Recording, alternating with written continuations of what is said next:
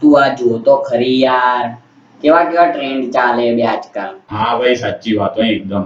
એમાં પણ લ્યા હવેલીનું યાર, છે શું હવેલીમાં? ખબર નહીં કેમ. વેલ્યા એમાં એવું છે ને કે અમારા ભાઈબંધને એની મમ્મીએ એને શાક લેવા મોકલ્યો હતો, તો મારો હારો ભૂલમાંથી હવેલીમાં પહોંચી ગયો, આજ સુધી પાછો નથી આવ્યો. અને એમાં બી મને કાલ રસ્તામાં એક જણા જોડે મગજમારી થઈ ગઈ, તો મને શું ધમકી આપે ખબર કે તું મારી હવેલી પર આવ્યું, તને બતાવી દઉં કોણ છું. બોલ. હાય હાય, પછી શું થયું?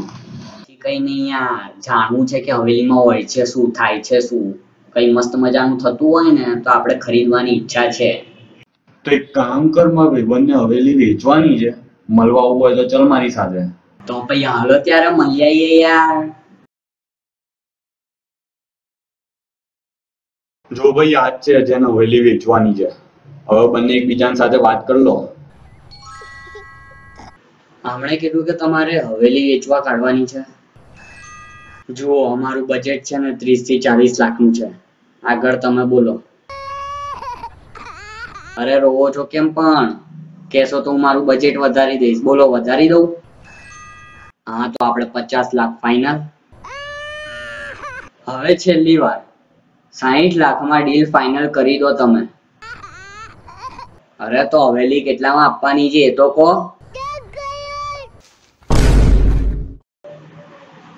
10 કરોડની Haveli. Real gangsta ass nigga plays his cards right. A real gangsta.